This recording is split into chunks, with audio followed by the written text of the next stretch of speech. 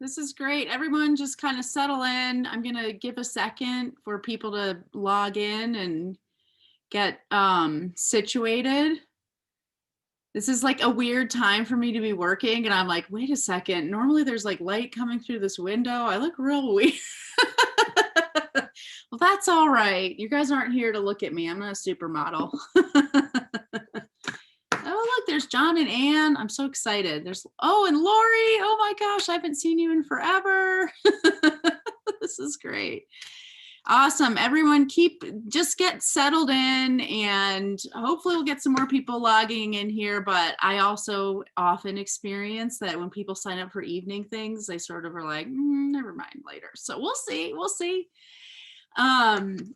Yeah, so just settle into the space. And I really kind of want you to congratulate yourself in setting aside some time to focus on yourself and your family, probably in a way that you don't often get a chance to do.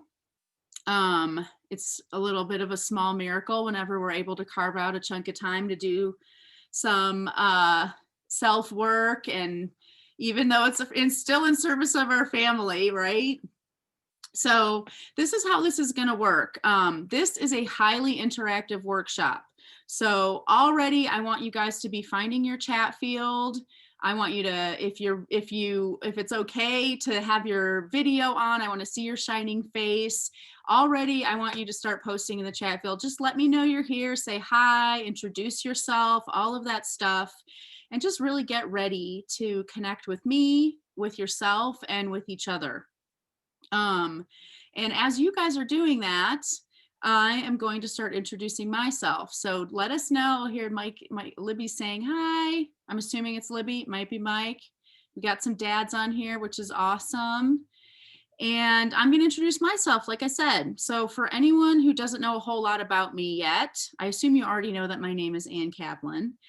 I am a mother of 4 and I'm a parent coach. So that means that I work with parents to improve their responses to their children's behavior. And then also to find more peace and sanity in parenthood and just kind of generally reconnect with joy and authenticity that often is lost after we become parents. I talk to people all the time who are tell me that they've lost themselves in motherhood and things like that. Oh, hey, we're both here. I love this. This is great. Hello, everybody. This is like a really interesting workshop already for me because there's so many familiar faces. So that's really cool. So just like all of my work, that is exactly the same as the focus that we're going to have today. We are going to be up-leveling the behavior, energy, and attitude in your families.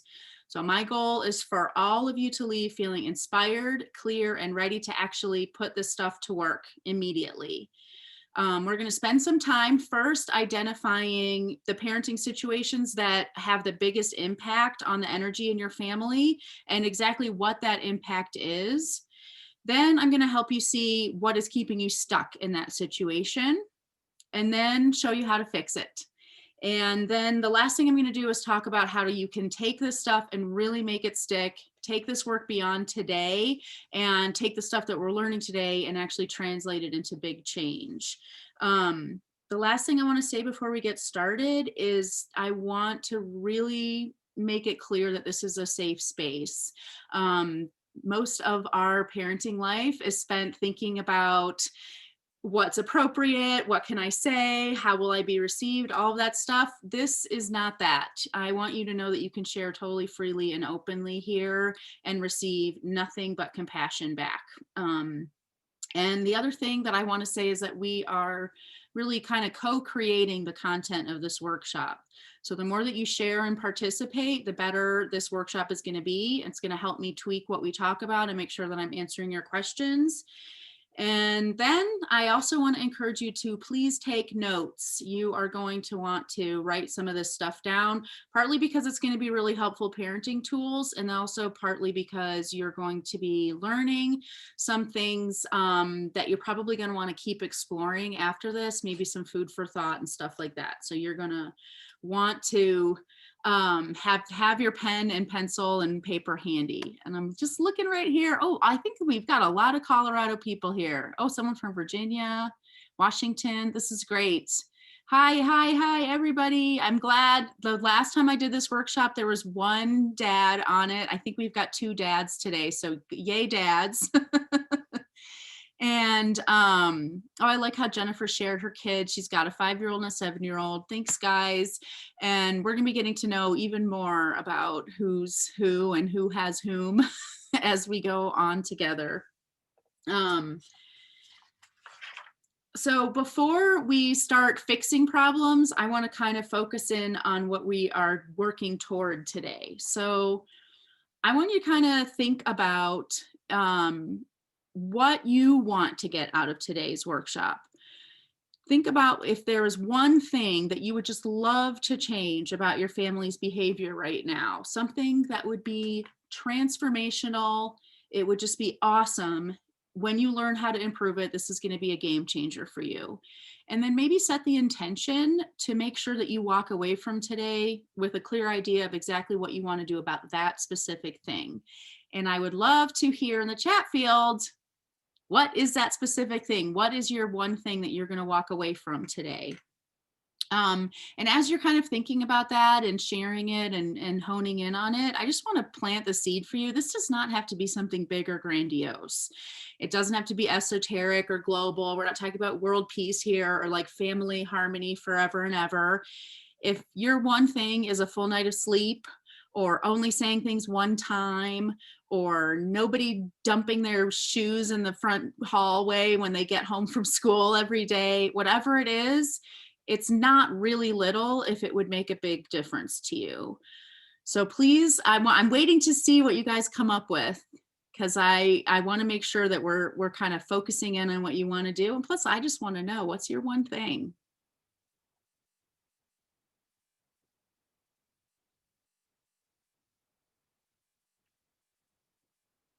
I'm waiting. I'm not going to go on. Oh, here we go. Angie's saying, I'd love for my daughter to be nice to her brothers, and I'd love for my son to make good choices. Ah, siblings stuff. I'm writing a note. Siblings and good choices. You might have to be a little bit more specific about that one, Angie, but we might come back to that in a little bit. Anybody else? I'd love to know, what's your one thing? What are you going to focus on and set an intention for? I fly high and crash real bad as a parent. Yes, firecrackers unite. That's me. I would love to figure out and use strategies that allow me to stay more even. Okay, that's going to be great, John. Neutrality is a cornerstone of today's workshop. So I'm going to double star that, but I already know I've got your base covered here. Anybody else? What's your one thing? The one thing that you're kind of setting an intention about today? Better attitude towards one another. Sounds like sibling stuff ×2. I would like to know how to handle situations in public where other kids are acting out and hurt my innocent bystander son in the process. Oh, Erica, this is good. Watching kids in their social situations, especially when it looks like our kid is not being treated well, is really hard. Although I can also say that sometimes our kids are the perpetrators, and that doesn't feel great either. Saying things one time or no more times at this point. Yes, Coral, that is a really good point. So if you've already told, I just want to plant the seed for you, and hopefully by the end of today, you're going to believe me. If you've already told your children something once, even if it was a week ago or whatever, you do not have to repeat yourself. Telling them again, even if it's been a day or 2 days or a week, is still repeating yourself. So your kids know what right and wrong is, especially if after you've told them a million times. So that's enough. It's okay to start with discipline at that point.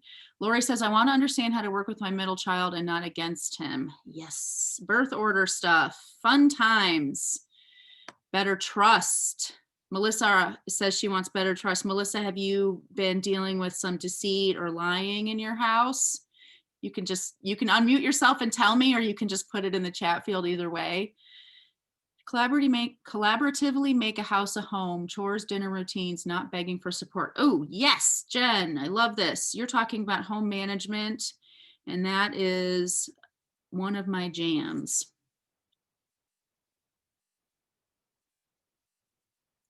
This is great. I'm just looking to see if I'd love it if my kids were not on electronics for recreation for so many hours a day. They sneak during school while I'm at work, and I feel like I don't have a plan that I can follow through with. So technology, and I'd like to point out, Robin, this is a twofold problem. It's technology, but it's also less that sneakiness, right? Okay, great, you guys. Okay, so you've kind of honed in on this thing that you really want to focus on. You're going to kind of have that in the back of your mind as we're going through these things, and make sure that you're seeing how to apply what I'm talking about to your one thing. And if you decide that you're going to work with me, or if you followed me for any time at all, you already probably know that I believe that people create change most effectively when they're connected with the thing they're working toward, not just what they're running from. So it's super easy for us to see and feel what's not great about where we are right now, right? Like, it's not great when my kids sneaked electronics. It is not great when I'm doing everything by myself. It is not great when my kids are fighting. Right? We don't need to try to figure out why that sucks.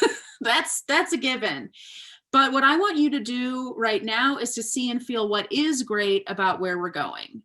It's very important. This is not just a woo-woo crunchy thing that we're doing. This is not just about knowing what you want, but actually knowing how it feels to have what you want. It's about feeling into what you want, because that feeling is what actually motivates us to follow through, to stay the course, to find solutions, get support, because we know how amazing it's going to be when we're successful. And so it makes it worth it. Like, I gave the analogy the other day, like, imagine you're going on a vacation, like you're setting yourself for this vacation in Bali.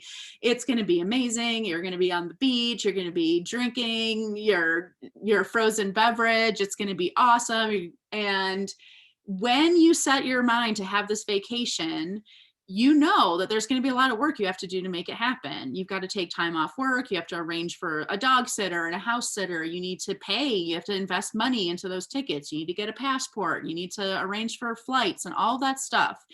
But nobody ever commits to a vacation and then halfway through is like, this is too much work. Forget it. I'm not doing it. Because it's worth it. It's worth it. When you get onto that beach, finally, you are going to be like, I'm so glad I did all that work. That's the exact same feeling I want you to have about whatever goal you're setting for yourself in parenting. It is so worth it. So yeah, it's going to be a little bit of work right now to consequence your kid when they don't listen to you the first time, instead of sitting on the couch and repeating yourself. That's more work.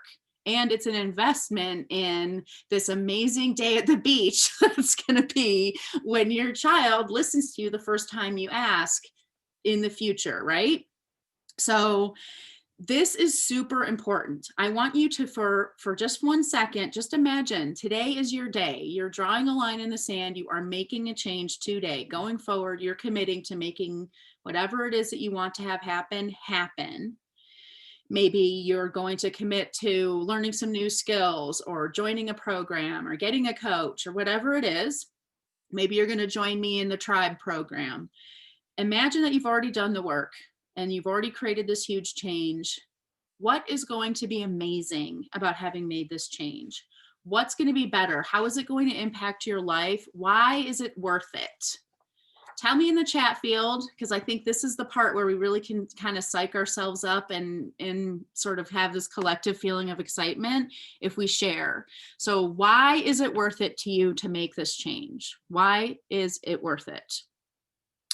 And then I want to kind of see if one of you is willing to unmute yourself and kind of talk through what your challenge is, what you want to create, and why you want to create that.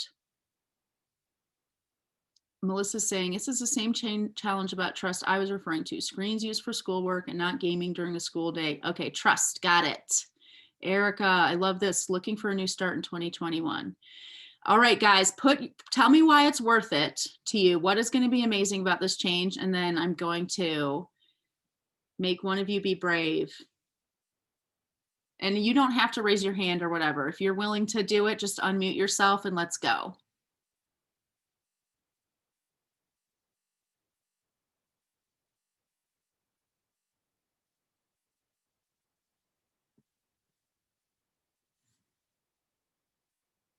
Come on, guys.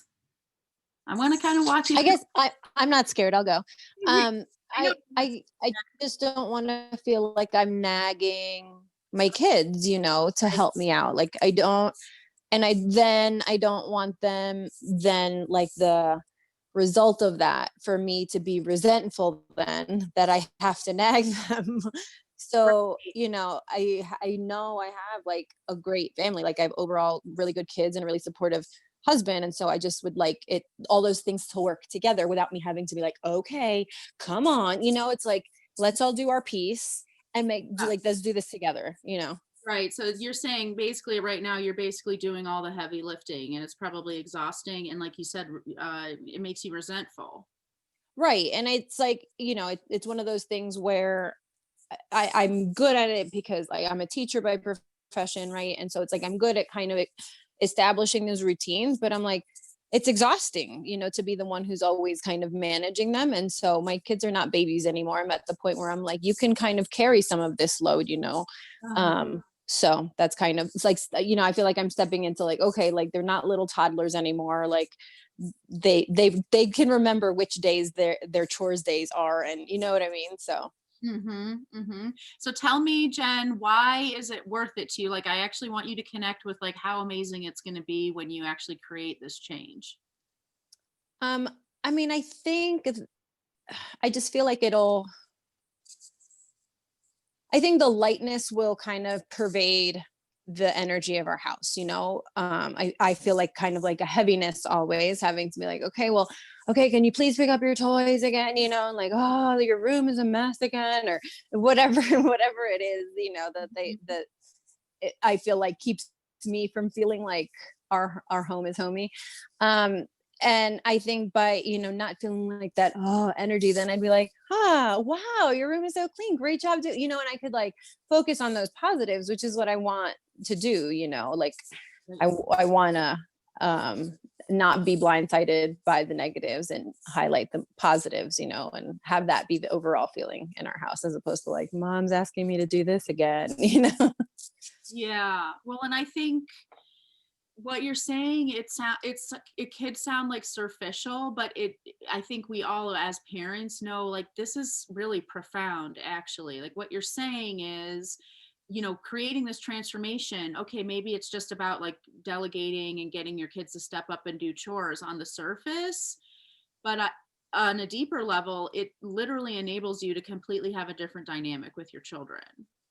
Like And I mean, like I don't, I feel like the dynamic can easily be shifted, and I want to make the shift to like where we're a team. I often call us like team pressmen, but like I want my kids to be active participants in that team, and know that they have responsibilities too as being part of a family, and so shifting that is it's kind of where I'm at.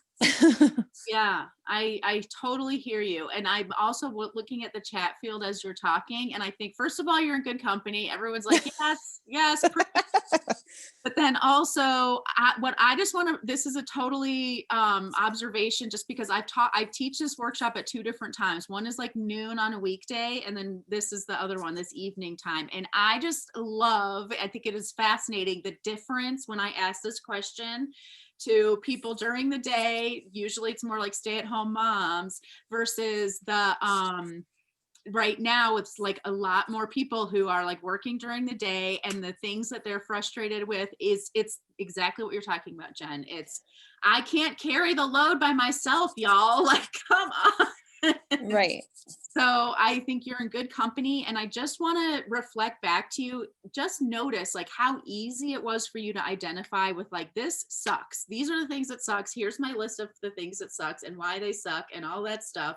And even when I'm saying like, why is it going to be so great? What's it going to be like when it's over? It's hard. It's harder to actually, first of all, I think it's harder to even imagine when it's been so long that you've been in this dynamic.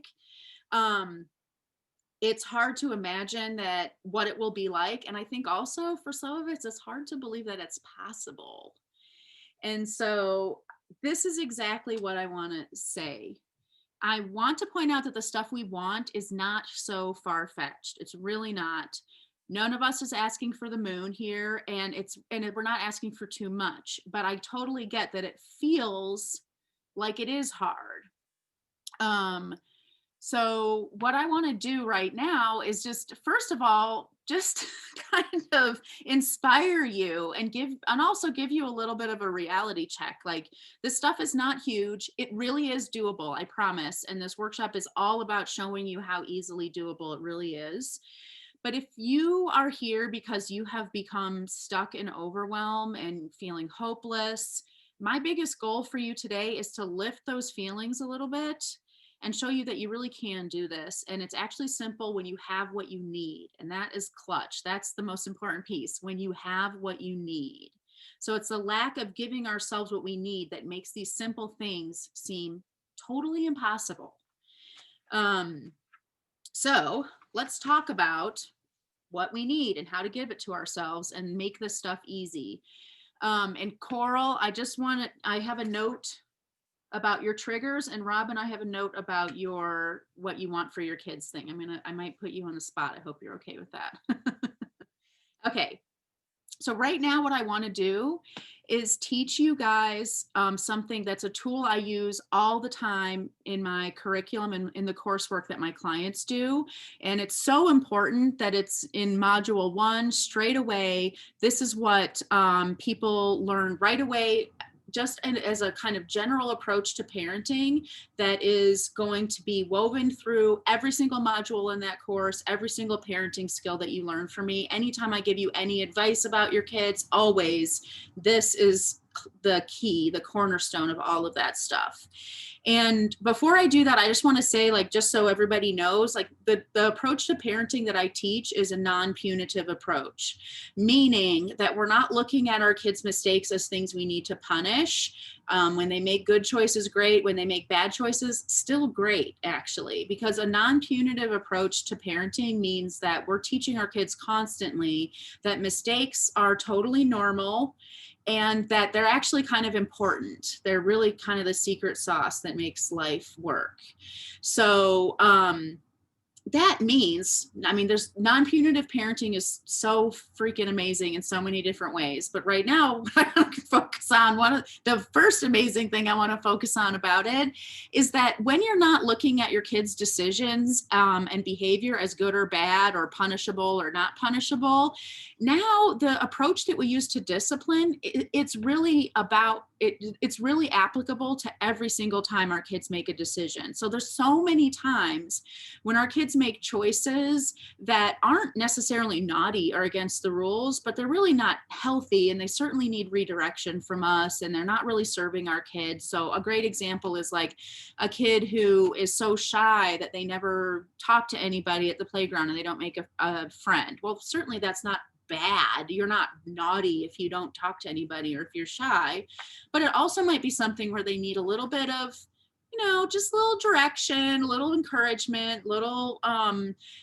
guidance there. And the exact same stuff that you're going to do for kids throwing their Legos all over the floor or snatching a toy away from their sibling works for these kind of nuanced situations too, because now instead of looking at our kids' choices as good or bad or naughty or nice like Santa, instead we can see them in terms of, these are choices that serve you, these are choices that don't, these are choices that are healthy, these are choices that aren't that healthy for you. And we can actually give kids what they need to find their way to making more and more healthy choices and less unhealthy choices, if that makes sense.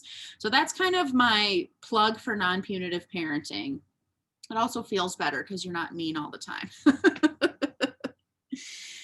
So this lesson that I'm about to teach you is so important. Like I said, I teach it from the very beginning. If you're in my tribe program, we're going to be talking about it. If you come to the coaching calls, I'm going to be like, well, let's look at this. So here we go. I call this the 4 fundamentals of effective parenting. And if you're not taking notes already, this is when you're going to want to start. The 4 fundamentals of effective parenting. So if you are struggling with a misbehavior or a pattern with your child, I guarantee that at least one of these 4 things is off kilter. And I also guarantee that if you get these 4 things back on track, that pattern or behavior will improve. And every time I give this workshop, I say, prove me wrong. So if you think I'm wrong, if you can think of a time, a situation that you don't think these 4 things will help or that they aren't off track, I want to know about it. Let's talk it through. So here we go. The first fundamental, which is I call control, which is to say that the only person that we have the right or ability to control is ourselves. So this is not like earth-shattering news to you. I'm sure that I certainly didn't come up with this, right? We say it all the time. Oh, what are you going to do? You can only control yourself. We say that kind of stuff all the time, but we don't actually believe it when it comes to parenting. So think about yourself, reflect on your own parenting. How often are you approaching your parenting with the intent to get your kid to do something, make them a certain way? This is where I had a note, Robin, when you were saying, I want my kids to grow up to be, good people, or I can't remember exactly what you said, but I'm going to go back to it because it was really important. Here it is. I want my kids to be well-rounded, healthy, and productive. Right. So you're approaching parenting just like so many of us are, probably all of us when we're not paying attention. We're approaching parenting with like, it's my job to get my kid to be a certain way, to do a thing, to get them to do something, right? To make them go to sleep, to make them eat their vegetables, to make them be nice, to make them be nice to their siblings, all of those things. But that is totally trying to control our kids, right? Like we can't control anyone but ourselves. So here's another thing that I believe really, really strongly, and it is present through all of my coaching work. I don't believe that nature or God or whatever you want to say, the universe, I don't believe that nature would have designed it so that the only way I can be successful at my job as a mother is to do something impossible. I believe that it is possible for me to be a successful parent and not be making my kids do anything. So if it's not our job to get our kids to do something, if it's not our job to make them a certain way, what is our job? What's our job as parents? And this is something that I work with you from the very beginning in the mindset work in my course is what's an accurate job description for a parent? Because it can't be to make our kids a certain way, to make our kids a successful and independent or kind, to get them to go to sleep, or any of the things that we spend all day long trying to make happen for our kids. That's just cannot be where it's at. And the more we believe that that is where it's at, the more we find ourselves stuck in power struggles with our kids, pushing to make them do something or be a certain way, and also feeling totally like failures when we can't do it. So I kind of want to hear if you guys can put in the chat field, what is your job description? Now that I've like basically destroyed whatever it is you thought your job was, I want to hear, like, think about it and tell me like, what is a job description that makes more sense and feels like something that's actually achievable. And as you're doing that, I'm going to move on to the second fundamental, but really put that in there because I'm going to kind of go with that as you share. The second fundamental of effective parenting is autonomy. That is to say that outside of infancy, all human beings deeply desire agency and power in their lives, independence, right? Autonomy. Basically, that's just fancy talk to say that no one likes to be bossed around. I don't like it. My kids definitely do not like it.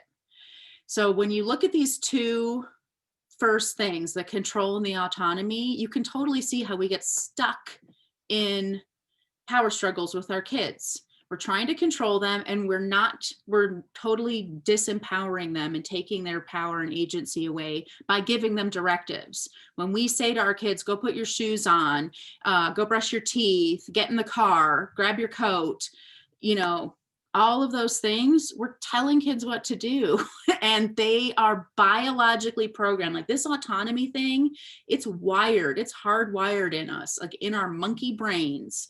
Children's whole childhood is an arc of individuation and independence and separating from us, which means that they are completely wired to want to prove to themselves in any way they can that they're separate and apart from us.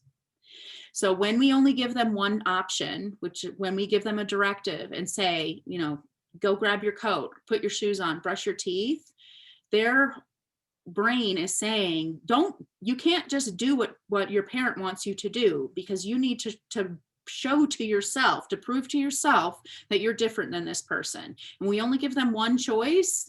What we're really doing is giving them the only choice they have to satisfy that desire they have to be separate from us. Their only choice is to defy us. And so we wind up in a power struggle.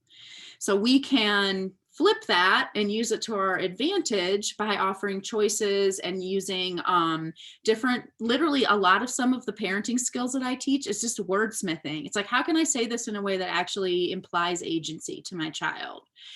Well, still, I'm in the driver's seat. I can enforce these boundaries. It's still me that's the leader of this family, but I'm the leader, not the dictator. And that makes a huge difference. Robin's saying, enjoy building family community in my home. Maybe not my job as a parent, but it sure is what I'd like. I love that, Robin. And I think that you're getting closer and closer to connecting what will keep you motivated to stay the course and implement some of these things. Like, connect with the feeling. It really does matter. Katie says, building positive relationships and connections. I love this. So it is such a challenge to reframe our job description. So even this, like Katie, if you're in the tribe program and you're on a coaching call with me right now, I'd say, you're getting closer. But even this, you can't control, right, how your connection or your relationship is with your child. You can control how you show up, but we don't get to decide if our kids stay connected to us. And any parents of teenagers out there, you know I'm right. It's painful. I see. Yes, hello. Like, you can show up as Mother Teresa and the Dalai Lama all rolled into one with candy and like also the ice cream man. Your child can still decide like, nope, no thanks, mom. No thanks, dad. I hate you, basically. So, you know, this is so frustrating, right, Katie? Because if you tell yourself it's your job to build these positive relationships and connections with your kid, and you're doing everything right, and you're trying so hard, and your child is just going through something right now, and they're not having it, and it will be impossible for you to ever feel like you're succeeding or doing the right thing if your definition of success is something that somebody else controls. So, do you guys want to hear my definition of my job description? I spent a long time figuring it out, so it sounds kind of fancy. My job as a parent, this is what I tell myself daily. My job as a parent is to create a safe space inside of which my kid gets to make decisions and experience the results of those decisions. And that's it. So if I do that every day, mission accomplished, gold star me. And inside, like, what is that safe space? The safe space, the walls of that container are the boundaries we set and the way we enforce those boundaries. But inside that container, it's kind of a free-for-all. Kids are screwing up left and right. Lori's saying, please repeat. Okay. My job is to create a safe space inside of which my kids get to make decisions and experience the results of those decisions.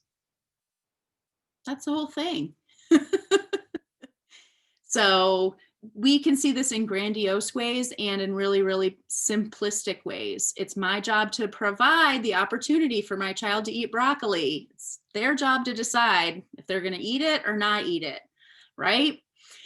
And I can look at that in really big ways too. And especially as my kids have gotten older. So my oldest child is 16 and my youngest is 6. So I'm experiencing these like different sized containers for different age children. And sometimes the mistakes that they make are epic. And it is so hard to just sit there and be like, well, it was inside the walls of that container I built. So I'm here for you if you want to try to get help to sort that out. And that's really, really hard. I totally get that. So once we can reframe our job description, it becomes so much easier to follow through with these parenting tools because we don't have this invested agenda of like, you have got to eat this broccoli or I am a failure as a human being. Well, once you tell yourself that, I mean, the stakes are way too high. You're going to double down. You're going to fight back. You're going to, be in a tug of war that you will never win. When you realize that it's not really your job, it's almost like none of your business if your kid eats broccoli. It's weird to say, but I tell myself daily, so many things are, that's none of my business. It's none of my business. When you can tell yourself that, it becomes so much easier to walk away and say, okay, well, that's fine. Treats are for kids who eat their veggies. You decide. I love you no matter what, for example. Okay, ready for fundamental number 3. We're working through this here. The third fundamental is experiences. The most lasting and profound kind of learning comes from experiences. And this is profound. It is really, really important for us to know that experiential learning is almost one of the only ways that kids learn. Honestly, most people only learn through experiences. Modeling is a close second, right? So if we're modeling to our kids, happy, healthy, self-actualized adults, that goes a long way. Just like living your best life is actually raising great kids right then and there. But above and beyond that is experiences. So we know this, or we might learn this, but we throw this information away all the time. And instead what we do is blah, blah, blah. We talk all the time to our kids. And we think that if we say the right combination of words, if we explain it to them the right way, if we, really present it to them in this way that makes sense to them, they will just make good decisions and we won't have to do anything to make that happen or to enforce that boundary or whatever. And that's just not true. Talking is probably the worst way to teach a child. And so what we really learn, and you'll hear me say this over and over and over again, if you keep working with me, if you join Tribe, if you're working with me one-on-one, you'll hear me say over and over and over again, most parenting problems can be solved with one sentence and one action. But most of us are saying way more than one sentence, and we're not doing enough action at all. We're not giving experiences to our kids. And how we give experiences to our children is through natural consequences. Natural consequences allow us to engineer an experience for our kids that's at their pay grade, but it is a situation that allows kids to say, ugh, that's not the outcome I wanted. Maybe I'll do something different next time. Not really loving what just happened. I might have made a bad decision here. So kids can't understand that their decisions are healthy or unhealthy or serving them or not serving them unless they actually experience that they're not serving them, that they're not giving them the outcome that they want. And we need to give those kids those experiences instead of trying to prevent the outcome from happening, right? So that's what those walls of that container are, the experiences we give our kids. They get to be in here doing whatever they're going to do and experiencing what comes of it, because we're out here enforcing the walls of that container by giving boundaries and enforcing those boundaries with consequences. Okay, last one. We're almost to number 4. The last one is the hardest one. I was talking with a friend recently, and I was giving this spiel, and she was like, this is the worst. This is the impossible. The 4th fundamental of effective parenting is neutrality. And it's really hard. Effective parenting comes from neutrality in communication and in responding to children's behavior. So all of this stuff, we could have the most amazing natural consequence figured out. We could have presenting it to our kids using enforceable statements instead of giving directives, all the things, ticking all the boxes. But the second we deliver that consequence angrily or disappointed or frustrated or apologetic or solicitous, once our emotional intensity gets in there, it's like, throw it all away. It's because now we've implicated ourselves in our kids' sort of like deliberation. What if they like the result, but it is bad? Ooh, I love this, Angie. Okay, right. I'm going to come back to this, but that's a really, really good question. Angie, I'm writing it down right now. Bad result, but kid likes it. Okay, we'll come back to that, I promise, Angie. Let me finish talking about neutrality first, and then I'm going to come back to that. So what really helped me so much with understanding why neutrality is so important was understanding how much human beings crave emotional connection from the people around them. We thrive on intensity. Because human beings are tribal creatures, we're constantly checking in for feedback from the people around us to make sure that we're doing okay in our tribe. And so kids want emotional intensity from us. That's something that they're not aware of, but it's in their little monkey brains that when they get an emotional response out of us, it makes them feel safe. Even if it's a negative response, even if it's angry, even if you're yelling, even if what you're doing is making your kid actually like cry or get worked up or stressed, on a deeper level, this weird kinky way that our brains work, they're getting that itch scratched. So when we can take ourselves out of the equation, yes, Coral's saying negative attention is still attention. Exactly. But I also want to point out positive attention, positive emotion, or what you might think is positive emotion can still backfire when it comes to discipline.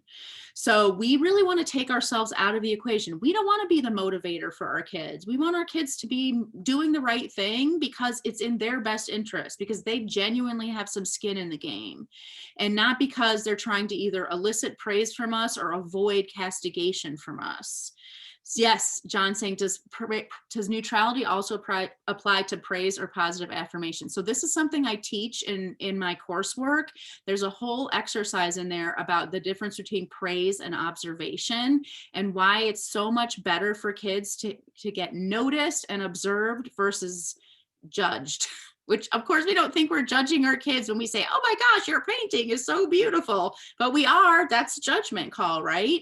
And we, like I said, we want to be teaching our kids that they can do what works best for them because it works best for them, not because they're getting something from us or avoiding something negative from us, right? So neutrality allows for that dynamic to evolve. And somebody in here was saying about the relationships and connection.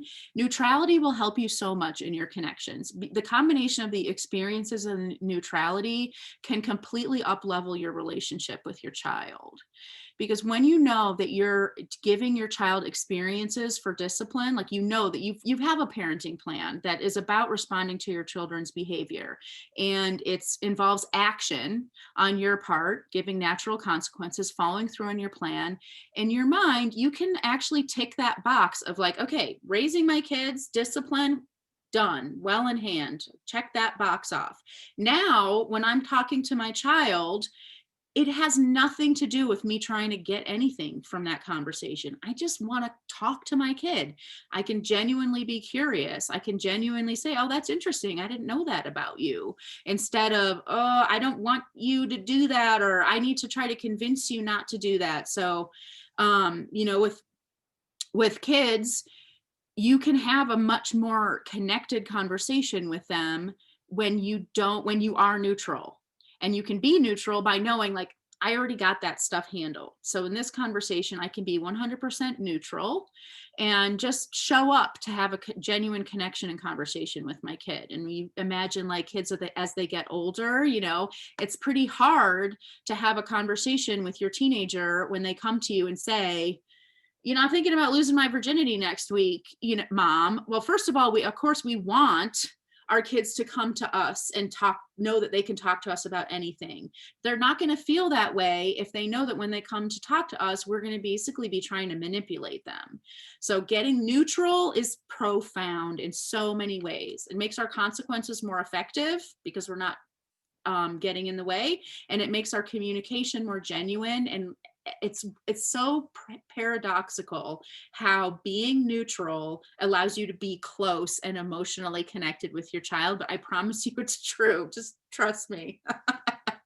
Okay, so those are the four fundamentals, and we can use them to understand why things aren't working for us and how to get them back on track. And so that's what I want to do with you right now. I'm hoping someone will raise their hand and volunteer about a parenting struggle they're having. Maybe a couple people were talking about sneaking screens and stuff like that. So if one of you wants to unmute yourself, I think that would be a great thing for us to work through, because I know it'll help a lot of people. So I have four preteens and teens at home that are all doing online school. I'm a school teacher by trade, so I'm in the classroom with students. So my kids are, I have an almost 11-year-old son, a 13-year-old daughter, a 15-year-old daughter, and an 18-year-old daughter. And it's primarily my son, but we have expectations, they're written down. I feel like as I'm listening to you, I'm like, oh my gosh, this is all about me and I am totally the problem. But, and I get that and I'm fine with that. I can only change me. So actually that works out really well, but he will be he'll get on YouTube all throughout the day. He'll have it in the background. It's either listening to music or watching somebody play games. And we've had conversations about saying, you can do that after X, Y, and Z is done, or you can do schoolwork from 8 to 11, and from 11 to 12, you have free time and lunch, and you're welcome to get on at that time. But at 1 o'clock, it's back on. But every time I get home, I just hear, well, he's really behind in school. First of all, that's factual. I'm getting emails from his teachers saying, he's not spending very much time online. I'm like, well, he's on the computer all day.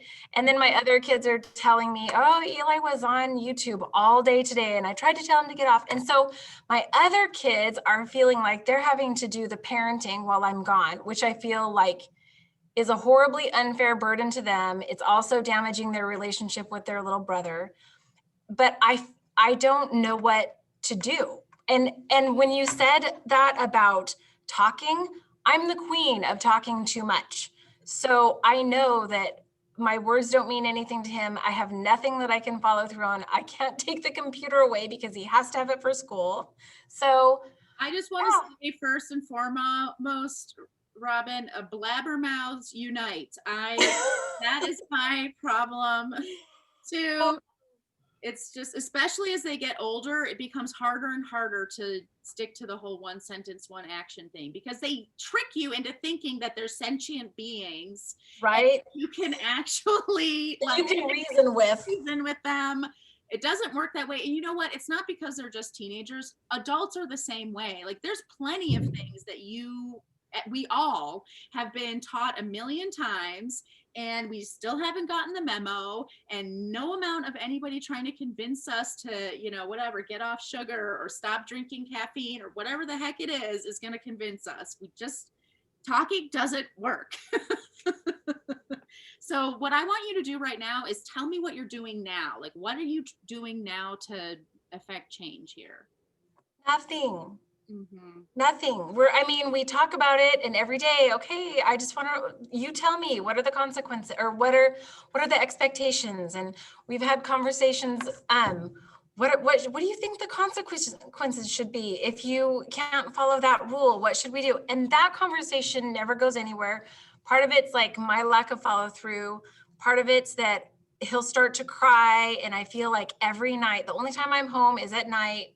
And again, I'm making this about me, but I hate that when I come home, it's like, oh no, mom's home. And now the rest, the mood in the house was light and fun and playful, and everybody's goofing off all day. And then mom comes home and it's like, why aren't your chores done? Is your homework done? I heard you got an F on your algebra test. Talk to me about that, And so I feel like I just bring home the negativity. And the one thing that I have tried is I have tried to get neutral about my own thoughts and feelings about things. Mm-hmm. But I found that when I do that, I'm in a much happier place.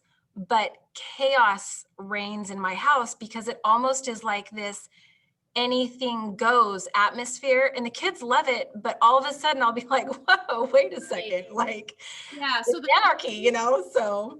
the sweet spot is to be totally neutral and like totally cool and chill and okay with yourself while you're still following through with the consequences or whatever. So looking at these 4 metrics, I have an idea. I have some feedback for you, but I want to hear from you. Like, where do you think you're really falling short in these 4 areas? Control, autonomy, experiences, and neutrality. Um, everything except for neutrality.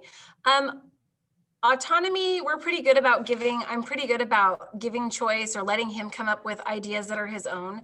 So I would probably have to say control. And what was the third one you said?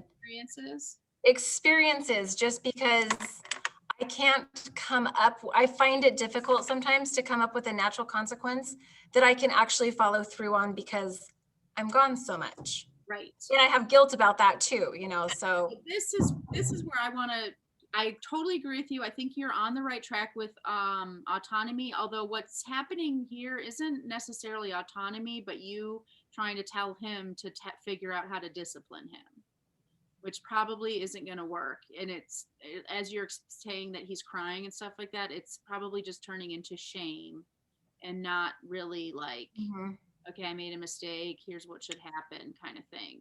So instead, where I think you're off track predominantly is experiences and neutrality.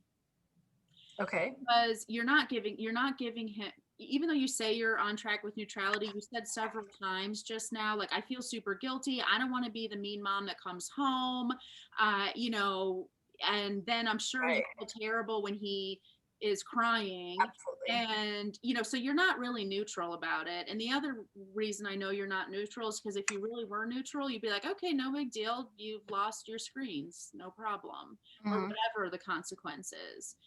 A lot of times talking too much is a sign of non-neutrality because you're trying to preclude yourself from consequencing him. Okay. Persuade him. You're using I wrote a blog post a while ago about the difference between persuasive parenting versus teaching parenting. Experiences teach, words don't. We fall into this trap of like, let me just see if I can talk enough or make it enticing enough for you or incentivize you or whatever. We're really trying to just persuade our kids to make the right choice because we're not okay with them making the wrong choice. Once you really get on track with all 4 of these pieces, you will be totally okay with yourself while he screws up royally. And then you lovingly hand him the results of that mistake and move on with your life. And it will, and that also will help with the other kids, because probably you don't really want them. It's like you saying, like, I want them to have to parent, but you're also not stopping them from parenting. And when you come home and they tell you, oh, this is what happened, mom, you're not like, oh, I don't need to know that, don't worry, pay attention to your own stuff. It's more like, okay, now I'm going to take the information you gave me and very visibly turn to Eli and say, what the heck, and so now Eli is seeing, you're implicating yourself in the relationships between your children as well. And I know that's not what you want to do either. So getting back on track with all of these things, I think these 4 pieces is going to result in something that is so actually quite simple, which is setting the boundary, which you've already done, actually coming up with a plan. Yes, John asked if I can post AnnKaplan.com/lifestyle blog. No, you know who that is, John? That is somebody who was on the Real Housewives of Toronto, who has the same name as me. So that's not me. I'll post the real blog link later. But when you can get on track with all these 4 things, Robin, it's going to become super clear to you and super easy. So you set the boundary, that's great, but you got to do the work to get on track with these 4 pieces, so that what that looks like in the end is you come home, you don't even need to have a conversation with him about whether he was on his computer or what he was doing on his computer, because you can search his browser history. And you don't need to have a conversation about what's going on with his schoolwork, because you can see that for yourself. So all you have to do is wait 1 minute probably until he asks you for anything, which is definitely going to happen. And you can say, oh, buddy, sorry, I don't do those kinds of things for kids who are off track with their schoolwork. I'll talk to you about it when you've gotten your schoolwork done. When you have no missing assignments, we'll discuss it again. And that's it. Come over. I just want to borrow you in my house. You can whisper in my ear. You just joined Tribe and you have me for life. That's the beauty of the Tribe program. It's a one and done. You pay once and you're in forever. So that's where you really should go, Robin. Okay. So now you can see, like, when I'm saying it, it sounds so simple, right? Yes. It is simple. That's the real, like, oh, I want to give all of you guys. Okay. Can I ask you a follow-up on that though? Yeah, totally. Because I have been in that place before where I've done really just that. So, and then my husband and I will disagree on what comes next, because what will come next for Eli, and I know it's natural. I know it's he's adjusting to what we're saying and processing, but he will stomp off and go slam the door, punch holes in the wall, things like that. And so to me, I'm like, okay, now there's a consequence for that. Now you have to pay to fix the wall, and now we have to paint. And my husband is more along the lines of, well, that was just a reaction to us not following through. And so here's what happens to the poor child because I'm inconsistent. Yes, there's still lots of guilt. Okay. Is that he just gets natural consequence upon natural consequence upon natural consequence heaped until he is so buried, and the poor kid is like beyond discouraged. And I'm willing to follow through with that, but my husband isn't. Mm-hmm. And so and I do, even when he's not, I feel like, oh my gosh, I'm being way too harsh. Like, I've made mistakes too, and I've experienced people, being merciful and, letting things go. Do I need to do that? Or so I think what's happening here is a couple things. You might be getting so harsh with your punishments that his path to restoration is invisible to him. okay. It's not worth it for him to try. So we need to make sure that this is what happens as kids get older. We think, okay, bigger kid, bigger mistake, bigger consequence. It needs to be more extreme. You didn't just lose screen time for a day, you lose it for a week. You're not just grounded for a day, you're grounded for a week. You don't just have to help me fix this wall, you need to pay for me to fix this wall, like all that stuff. The problem is that's actually the opposite direction we need to go with older kids. Like, as kids get into the teen years, their adolescence makes them already prone to thinking, I'm screwed anyways. My parents are the worst jail wardens who've ever existed. I just have to sit in purgatory until I go to college. Ugh. They already think it's hopeless. So once we give them consequences that are like, you need to build the Great Wall of China and also achieve enlightenment and, blah, blah, blah. And then you can have your phone back. It's like, well, forget it. And so, we all knew when we were kids, or maybe we were this person when we were kids, the kid who was grounded for life, before they ever even got ungrounded, they had done something else bad. So then they were grounded longer. They could never do anything. They were always grounded. So you hung out with them still, but it was because they snuck out, right? This is not where we want to end up, people. So with teenagers, especially, they need a very clear path to restoration that is totally attainable.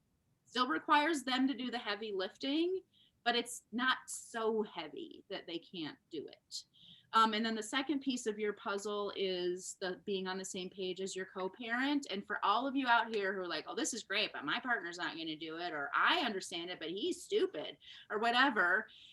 Don't let that be your scapegoat. Nothing in this world stops you from showing up as the parent you want to be. Nobody gets to decide that but you. And I really look at the way that my clients or the way that parents interact with their children as a singular private relationship. It is a dyad between you and your child. So it is absolutely true that one parent can be totally off the rails and not showing up the way that would serve their child best. And that will feed into and dictate their relationship with their child. And it is also true that while that is happening, you can be the parent that you want to be, and that will formulate your relationship with your child. So there's this being on the same page thing is very important. It's something that I teach about in tribe in my coursework, because it's a universal excuse that we use, and it feels really, really true. So it's hard to give up, but we have to, or we're stuck. um okay, how do you feel, Robin? Do you feel like, as I was kind of telling you, like, oh, why don't you do this? Does that feel like, oh, wait, this actually is doable? Yeah, totally. I love it.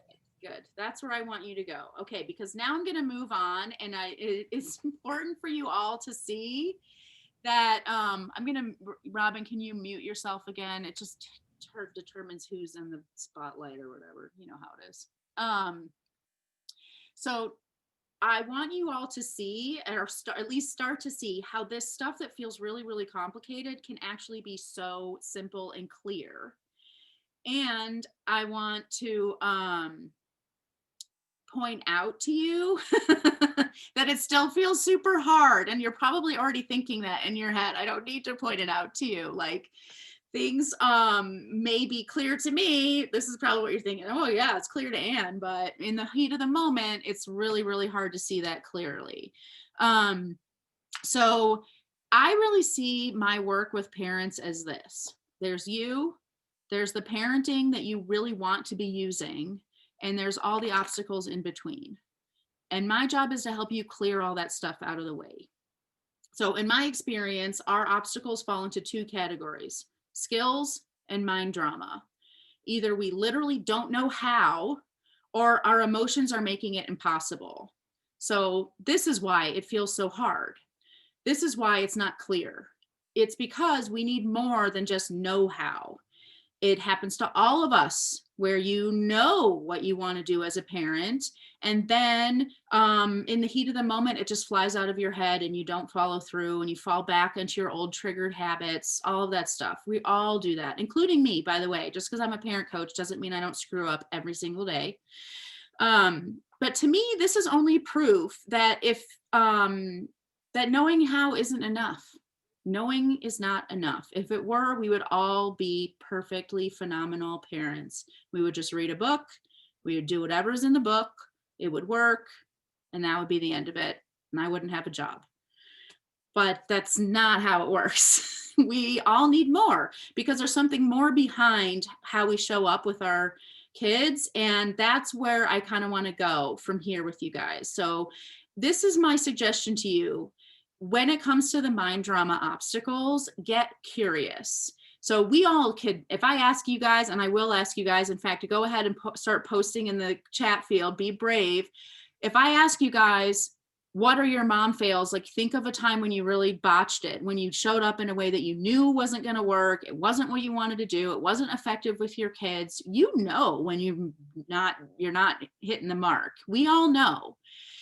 And that's not what I mean when I say get curious, because when you just know that you've done something wrong, what you're probably doing is just raking yourself over the coals about it. You're feeling super guilty. You're telling yourself, don't do that anymore. Got to be better. I can't do that. That was really bad what I did. That's terrible. I shouldn't have given in, or I shouldn't have caved. I shouldn't have yelled. I shouldn't have gone back on my word. I shouldn't have been so inconsistent. That's not curiosity. That's just judgment. And it is totally useless. It will not help you be better next time. It will help you double down on this whole like skills thing. Like, I just need to be better. Do it the right way next time, but it won't work. It will not work.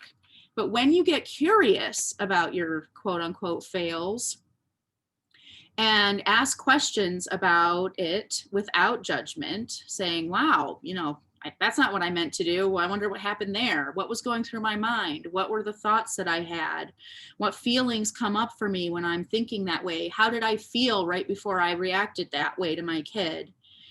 That is when you can actually start to see patterns. You can start to have these aha moments of like, oh, this is when I really get off track. So for example, with kids who don't listen the first time. We all want our kids to listen the first time. And that's an area that I hear all the time. If you guys haven't gotten the free guide I have to getting your kids to listen the first time you ask, you should definitely get it. Because, and the reason why that's my free guide is because everybody struggles with this and everybody wants that. And the reason why we struggle with it is because it feels like crap when someone ignores you. And we tell ourselves a bunch of stuff. Sorry, I almost swore. We tell ourselves a bunch of stuff about what it means when our kids don't listen. They're ignoring me. I'm invisible to them. I do things for them all day long and they don't even see me. They don't appreciate me. I only exist to facilitate other people's happiness. You know, who am I even? And all of a sudden we've gone to like the nth degree of like, the fact that my kid didn't put their shoes on means that I have no purpose in life and I'm a piece of garbage.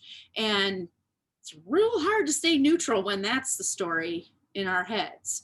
So this is where it's really hard to get traction on this stuff from the inside. Like when you're the one trying to coach yourself, you will constantly get stuck because you're looking at yourself through the lens that you're trying to change. It just doesn't work. No human being is meant to figure this out alone. I am a parent coach and I have a parent coach because I need help just like everybody else, right? So let's think about this. If it's not something you're willing to share, I'm totally get it. We all carry a little bit of a burden of shame, especially about things like, well, I hit my kid. I screamed at my kid. I forcefully dragged my kid to their bedroom. I gave them a whole ranting diatribe about feminism and the women's role in the home, which, yeah, I've done that.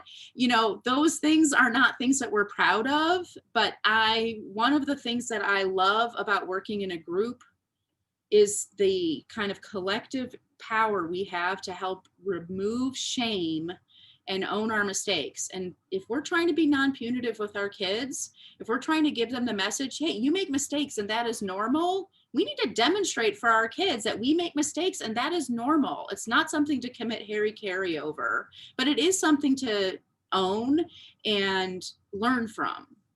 So get curious. And I just want to say that this need we have for more than know-how, it is not a problem. It becomes a problem when we tell ourselves we shouldn't need more or that it's not true that we need more. That's when we double down on, I'm just going to read another parenting book.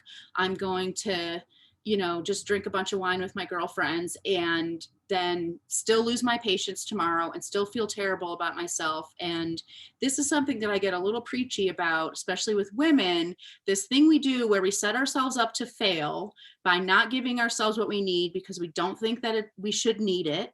And then we fail and then we feel like failures and then we continue to set ourselves up for failure. This cycle is it's devastating to women, it's devastating to families, and it's devastating to watch. I can tell you that as a coach.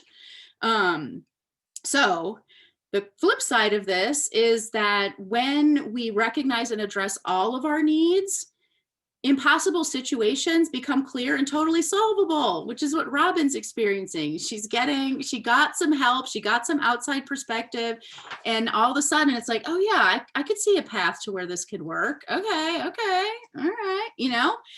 This is exactly why I do what I do. When we are totally unstoppable, parents are unstoppable when we have three simple things that, and it's because those three things address all of those needs, our needs for skills, but our need for something more than skills. The three things that I make sure I give to every single one of my clients, because I find them to be the magical elixir to making impossible situations totally doable, are first of all, training or skills. That's why I have a course. That's why you're not just going to be coming and venting to me every week. That's only a piece of the puzzle. You got to learn the skills, right?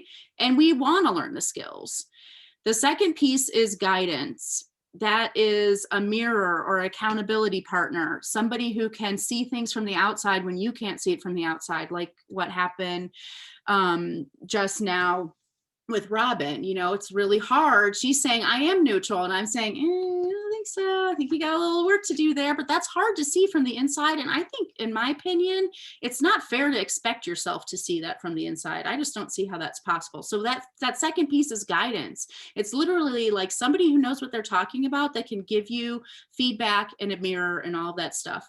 And the third piece is support, community, empathy. What I will say as a voodoo crunchy word, sisterhood. I have learned over and over and over and over again how powerful and important it is for us to just know that we're not alone. There's nothing wrong with us. We're normal. We're not weirdos. Other people have the same problems. Think about how great it is to even just read this chat field of people talking about their problems. Instead of it, like, for me personally anyway, instead of it bringing us down, it's like, oh yeah, these are my people. We're in the same boat. Okay. Those three things, that's it. Training, guidance, and support. It really is that simple. When you have those three things, the mind drama falls away. The parenting tools are right there for you, and you just do it, and it just works. Doesn't that sound amazing?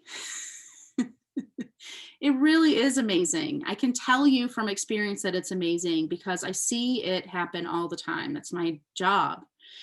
And that's why I run my work, my coaching program the way that I do, because it makes everything so much easier. And also, dare I say it, actually fun. It's enjoyable. I'm having fun right now. I hope that you guys are feeling like, wow, this is actually cool. I want to be here and learn and connect. This feels good. So I know that even in this short time that we've had together, you have already had some aha moments. You've already realized, oh yeah, I need to do this, or I want to tweak that.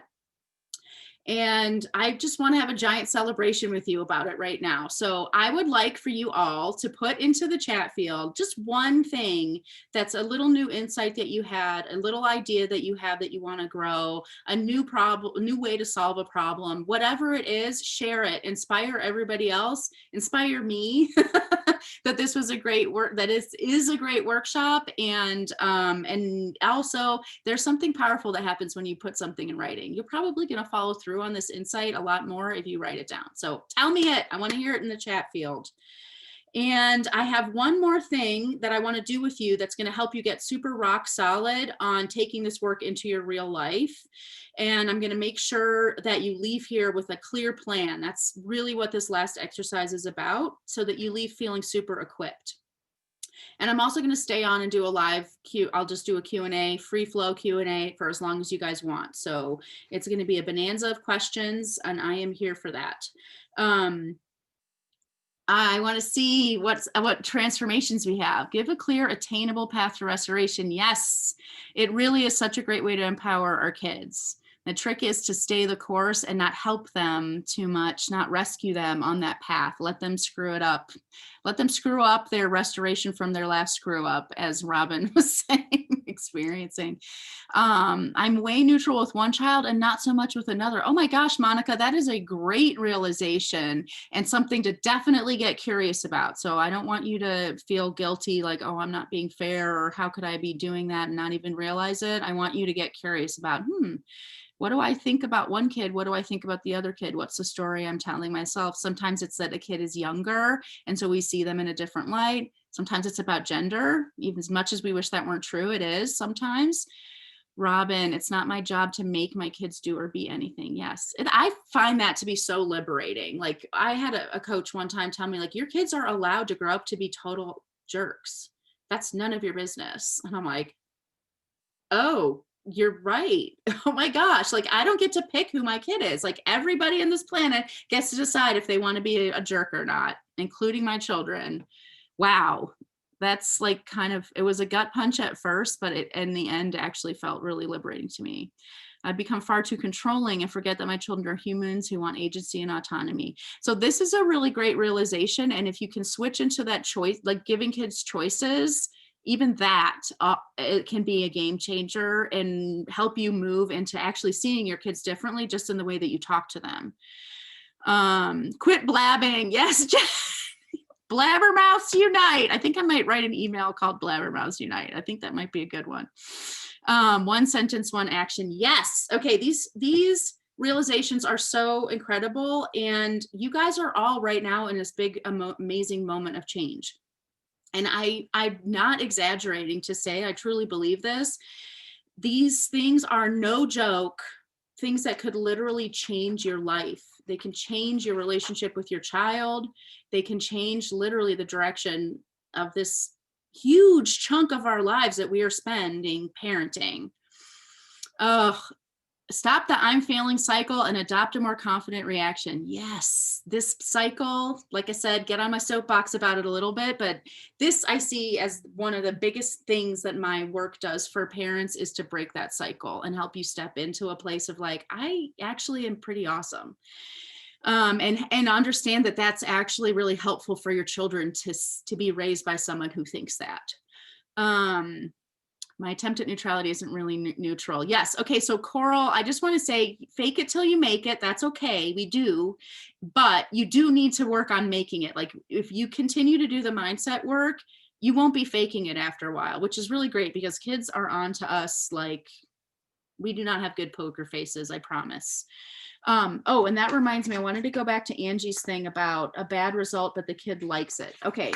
Angie, if you're giving your kid an outcome that's not great, or they're creating an outcome for themselves that's not great, but they like it, that means that you're not done engineering the experience for your child. So sure, there might be a natural consequence that they don't care about or they kind of like it, but you still have the power to engineer a consequence or an experience for your child that will not be pleasant for them and they will prefer not to have happen again. And so I want to give you some guidance about that. This is another thing that I teach in the coursework in Tribe, is a good consequence meets 3 metrics. The first is that it fits the mistake. So it's not some random consequence. The second is that it matters to the child. So that seems like where you're probably off track right now. And the third is that it's something that's livable for you. So you're not going to give your kid a consequence that you actually don't want to give them because the stakes are too high or it's too inconvenient or it's really hard to implement. You want to make sure that the consequence is something that's like no skin off your nose. So it sounds like Angie, you need to tweak your consequences or maybe even engineer some new consequences or whatever. I just wanted to make sure I didn't forget to come back to that. Okay. So I want to really help you hone in on the fact that this is this kind of crux moment for you. That, remember I said in the very beginning of this workshop, today's your day, you're drawing a line in the sand, you are going to make this change. This is it. You've gotten to this moment where you can see that better is possible. It's really not crazy or far-fetched to think it actually can be easy. I hope you're feeling inspired about that. And I just want to ask you, like, what is next? What are you going to do next? Because it would be really, really easy for you to leave this workshop and feel great for a while, probably even implement some of this stuff for a while, and then drop back into your default thinking and old habits. That's just the truth. Just like going to the gym for an hour or even 10 hours in January and then not doing anything about it again for the rest of the year isn't going to get you to your fitness goal. One amazing hour and a half of parenting infusion is probably enough to help you for maybe a week or so. Excitement and motivation drop off, and the feelings you really need to tap into, like commitment and consistency, a fancy word we talk about all the time, consistency in parenting, those are really hard to maintain on your own. That's just true. So if you liked this workshop, or if you've been thinking about working with me, I want to invite you to keep going. Tribe is my program that is designed to take the work you've begun today and turn it into a lasting fundamental shift that you are going to implement boots on the ground in your real for realsies life. It's easy. It fits into those pockets of time that we have as parents, and it works. With Tribe, you get all 3 of those bases covered. So you get live weekly coaching from me that gives you that guidance piece. So you're going to get feedback. We're going to strategize on consequences. I'm going to call you out on your mind drama, all of that stuff to keep you accountable and moving forward. You get a private community forum that gives you the support that we all need, that support piece. So you can post, pick questions all week long and get guidance and coaching from me all week long, and support and love and wins and empathy and all of that stuff from your peers in the group. And you get a phenomenal course that gives you those skills. It scratches that need for skills. It's going to outfit your toolkit with parenting skills for every single problem you can think of, and short, easy lessons that fit into the little cracks and pockets of time in your life. So, and Tribe is a lifetime program. That means you pay once and you're in it forever. So I want you to think about what that actually means. For all of the stuff that's coming at you, even the stuff you don't know is coming at you, everything that's coming down the line for you in motherhood, you will always have a place to turn and you will never be alone again. That's what Tribe means. It's a big deal. You know, I remember when I was floundering as a mom and I finally was ready to actually get help. Took me a while to get there, but I got there. I was spending about $400 a month on counseling and therapy. I spent another couple of hundred on parenting courses, and I still struggled because it was a patchwork I had put together of support that really didn't cover everything I needed. I designed Tribe to cost less, last longer, and just be better. It's not a patchwork. This is your safety net. It is everything you need. So the investment for Tribe is $19.50, and there's a monthly payment plan if you can't swing the whole cost at once. It's no biggie. And also, I'm doing an enrollment right now, which means that you all can get 10% off and make it even more affordable if you use the promo code Tribe now before January 25th. So I'm going to post a link in the chat field for you to check it out. And you can learn more about the program. The whole course description is in there. Everything is in there for anything that you need. To me, it is the obvious answer to that what's next question. And I'm hoping that a part of you agrees with me and is curious and wants to go for it, because I would love to keep working with all of you beyond today.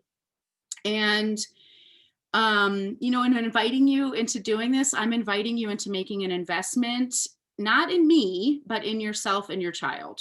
And I got a coach once told me, a wise investment yields something far more valuable than the money you've put into it. And I really feel like when we're talking about family and we're talking about kids, that it's never more true than in this situation.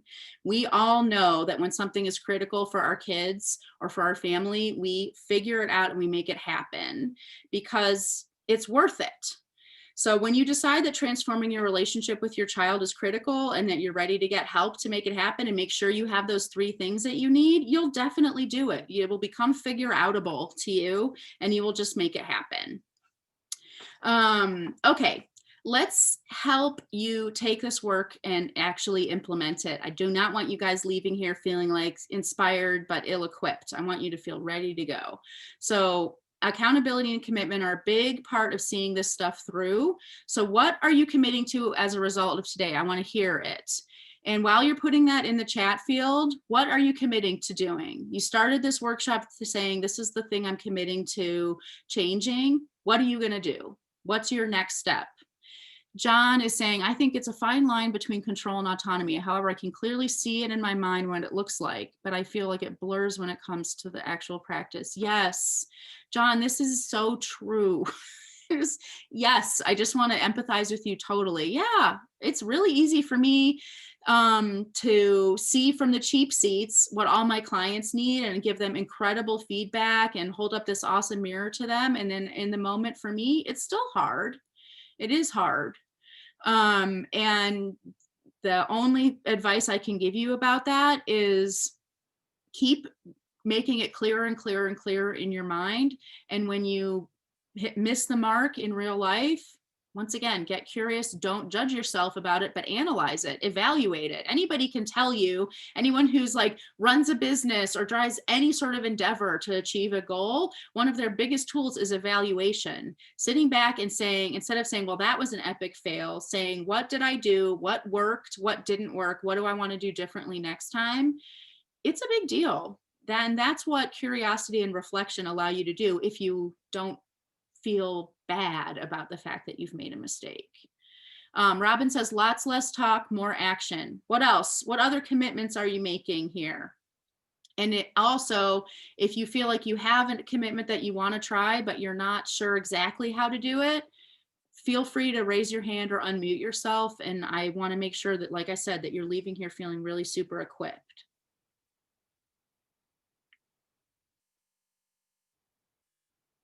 I'm assuming that you're all typing. And I had a question for you. Great. I really enjoyed this whole teaching. I think there's a lot of fantastic stuff that we can, apply right away. But I was hoping you could clarify. I'm wondering, there are ways that we really want to teach our kids the same values that we have. And that doesn't necessarily mean that they're going to make exactly the decisions that we always want them to, but what's the distinction you would make between like staying neutral and giving consequences and also like really instilling values that are important to us as a family? Right. So this is the key. Think about this. There's a difference between teaching and instilling. There's a difference between teaching and learning. So it's your job to teach. It's their job to learn. And you can't control if they're going to learn it. You can't control if they're going to embody the values that you're modeling for them or teaching them. What we can do, and this is what we do in all areas, not just when we're talking about values, but all of this kind of parenting is about upping the odds that our kids are going to make good decisions and basically turn out good, right? We can't control that, but we can push the odds in our favor. So with values, what I say, the number one thing that you can be doing is modeling. So, walk your talk. We can't be hypocrites.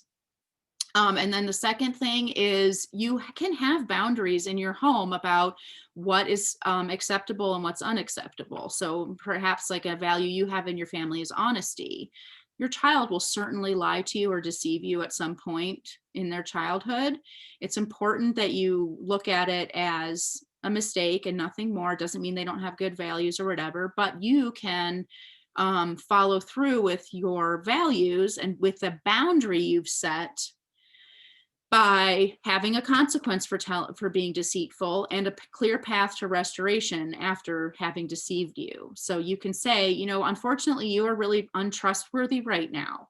And that means that, for example, with an older child, it looks like you're not going to be allowed to go out of the house without an adult until I feel like you can be trusted. And you can show me that you're trustworthy by doing X, Y, and Z for this specific period of time. That's what I mean when I say a clear path to restoration. So you can absolutely enforce boundaries and rules in your home. You can't really enforce values, if that makes sense. Does that help you? Yeah, that does. I appreciate the clarification. Yeah, and I think the other area that can be an easy pitfall when it comes to values, and this is why lying is such a trigger point for so many parents, is because we have a lot of emotion about our values. They are so profoundly important to us to see our child violate them and to even it starts us to contemplate, well, maybe they're just not the person that I want them to be. Or what if my kid grows up to just be a deceitful person? That maybe this isn't this one instance of lying. Maybe my child is truly deceitful. Maybe my child doesn't have integrity, or you know what I mean? And then all of a sudden there's a difference between saying, I wish my kid would turn out to be a lawyer, and then they turn out to be a teacher instead. Okay, well, that wasn't your value. It's something you can get on board with. But when you have a value that you feel like is fundamentally important in this world, and your kid is triggering even just the possibility that they might grow up to not embody that value, it is very upsetting. So the biggest pitfall we have when it comes to values is neutrality, because we really, really have a hard time accepting that it's out of our control. Other commitments, not viewing kids' choices as good or bad. I love that. And I know that that is challenging, but yes, it's a huge game changer. Less guilt, more neutrality. Can you talk to the value of respect? This is great. Respect is a great one, Jen. And if you want to unmute yourself, we can chat about it, or I can just talk about it. Doesn't matter. Oh, I just realized that my computer's not plugged in. That's not going to work out well for this workshop if I don't fix that immediately. My computer's like, hello, I'm about to die on you. Jen, do you want to unmute yourself? Sure. I think, I think for me, I've just noticed that I get triggered with things of respect, and I think, I grew up in a house where respect was like a big thing, and even though I feel like as a parent, I like, for when I was growing up and respect was different. It was like, you speak when spoken to, you know what I mean? Like you're seen, not heard, like girls act a certain way, like that sort of thing. Like for me, it's different. For me, I just like respect is like, okay, like treat others the way you want to be treated. And I just like take it back to that. But I just find that myself, like I get super triggered when issues of respect come up. And so it's hard for me to stay neutral. And, hearing you talk about lying and just kind of like, the way like, the way you laid out, I'm like, oh my gosh, that seemed like that was like such a clean way to deal with that, and respect is one of those things where it's like I lose all ability to kind of think cleanly, and so I'm just like curious, like, whether it's because I would imagine you would treat it the same, whether it's a kid being disrespectful to their parent or kids being disrespectful to each other. Like for me, respect is respect, right? And I kind of, but for both my husband and I, we feel like, the way we communicate with each other, and the people we care about is important, and so that's a value that I think is important. And I'm just curious how you would talk that an instance of disrespect through with a young kiddo. It's the same as with lying in terms of having boundaries and enforcing those boundaries. And it's also the same as lying in the sense that we need to do our own, like heal and deal on your own time. I say that a lot in my coaching. This is something that we need to get to neutral. We need to find that neutral space about it. What was I going to say? Oh, so the other thing about respect, I think, is, and this is just kind of a question to ponder, is like there's a fine line, I think, in many families between respect and fear. Like you want your children to be respecting you because you're a human being who deserves respect and dignity. But oftentimes, the way that we were raised was much more about fear and not really about respect at all when we think about it. So that's just something I just kind of want to plant that seed of like, there's probably some work to do there. And then the other thing that I think there's probably some work to do is, we give ourselves away this is why coaching is profound, because you'll be talking about something else and I will hear what you're saying, but I will also see this like hidden, like yellow, like, hey, I'm hiding behind here. So you give yourself away when you talk about like, I was raised this certain way. And, it's a real trigger point for me when my kids are disrespectful. I would like, if you were in tribe or if we were working one-on-one, I would be kind of curious to explore more with you this story about from your childhood about what does respect mean? What does it mean not to be respected? What does it mean about you as a parent if your child doesn't respect you? What does it mean about your child's future and who they're going to turn out if you don't teach them and make them be respectful and all of those things? Like we in this chapter of our lives, like we're all a little bit more seasoned and not quite exactly newbies here. And at this point in our motherhood or parenthood, we get to a point where it's like, okay, I've very clearly, most of us have spent some time reflecting on our childhood. We've started to see and connect the dots between like, okay, this happened, that made me feel this kind of way, and here's how that shows up for me now. We've done that work. And for most of my clients, the next step is, okay, so now how do we liberate ourselves from that? Because even if you're approaching your parenthood from this place of like, I'm going to heal this stuff from my childhood, or I'm going to be the different than my parents, or I see what they did wrong and I'm going to do it differently, we're still being defined by our parents. And at some point, I don't want to speculate on anyone's ages, but for me anyway, it was like mid-30s. I kind of got to this point where it's like, okay, understanding and blaming my problems on my parents was really, really important for a while for me. And now it's time for me to just completely own my shit and say, you know, who do I want to be apart from any of that stuff? And it's easy for me to say that in these little simplistic terms, and it's a journey, it's a life's journey. And I, as you've heard me say already, don't believe it's one that we should be walking alone at all. So that's just my opinion, Jen, as far as your kind of like, you know, your little hint about your past. I think there's probably some work to be done there as well. And I'd love to do it with you. Anybody else? Any other questions? And I also want to say, you know, this time is really for questions about what it's like to work with me. Any questions you have oh, here we go. You read my mind, Katie. Is Tribe encouraged for young parents? I have a 4-year-old, 19-month-old, and little one. Yes. So this is like I was saying, this is a very unique combination of parents. 90% of the time when I'm leading workshops, there's like a handful, a little sprinkling of parents who have teenagers, and everybody else has toddlers and like early school aged kids. So you are perfect. And every single thing that we talked about today applies to toddlers. It applies to even like you have a 19-month-old. This is not too early to start giving, you know, consequences and things like that, that are at our kids' pay grade. Experiences are so important. And Monica saying, as a parent of teens, I would say get in now. Yes, everybody get in now. Like, this is so perfect for every parent. Like, I really wasn't just you know, giving you a spiel when I said, like, I designed this to be exactly what I wish so desperately that I would have had when I was a young mother or when I was figuring all this stuff out. Coral says, what is the coaching like each week? How long, one-on-one? What is the recommended time commitment for working through the course each day?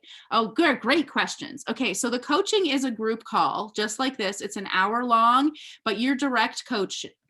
So it's not me giving a lecture or teaching a class like this. It's literally like, here I am. What have you brought for me today? So everybody gets a chance to raise their hand and all of that stuff. If you don't have anything to ask, I want you to come anyway, because it is so profoundly helpful to listen to other people get coached. Your defenses aren't up and you're receptive in a way that you aren't when you're quote unquote in the spotlight. And then also all week long in between coaching calls, you can post your questions either as a video, an audio, a text question, and I answer everything all week long. So you're getting coached 24/7, however much you want. What is the recommended time commitment for working through the course each day? Like I said, this coursework is supposed to work for moms. We all know that it is nothing short of a miracle that we're all still even on this call and we haven't all had to like run for our lives and our windows haven't closed. And for some of us, it already has. This is not going to work for coursework for you guys. You get a workbook. It has modules, has 7 modules in it. And in those modules are short exercises that you can do, and there's a video that you can watch. They're always short, and you can literally be watching it in the bathroom, listening to it while you're folding laundry, all of that stuff. It's designed to fit into the pockets of your time. And because it's a lifetime program, you can take as long as you want to work through it. It can take you 6 months. It could take you can binge the whole thing if you want to. There's no quote unquote recommended time commitment.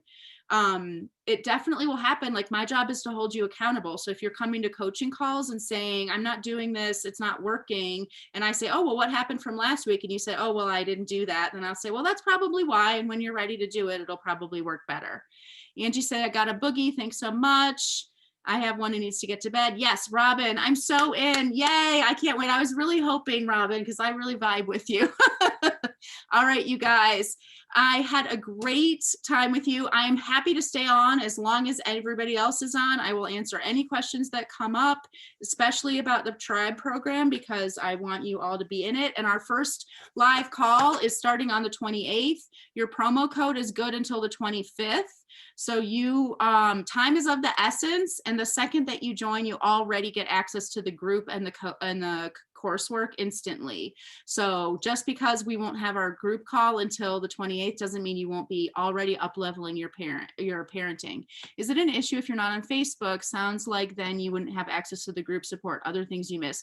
So Coral, right now, the community forum is on Facebook. That is something I'm actively working on changing, but otherwise you wouldn't miss anything else.